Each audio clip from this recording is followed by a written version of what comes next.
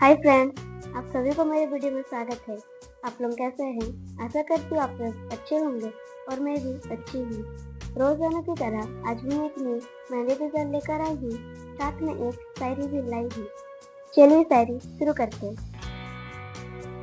नजरों से छुप ना सकी मेहंदी के ऐसे कलाकारी की, हर कोई हैरान हो गए जब सब ने तारीफ की। बातों बातों में सब कह दिया, कभी शायरी तो कभी मेहंदी बना लिया। सबको शुक्रिया जिसने जबाart को सब्सक्राइब कर लिया। Thank you.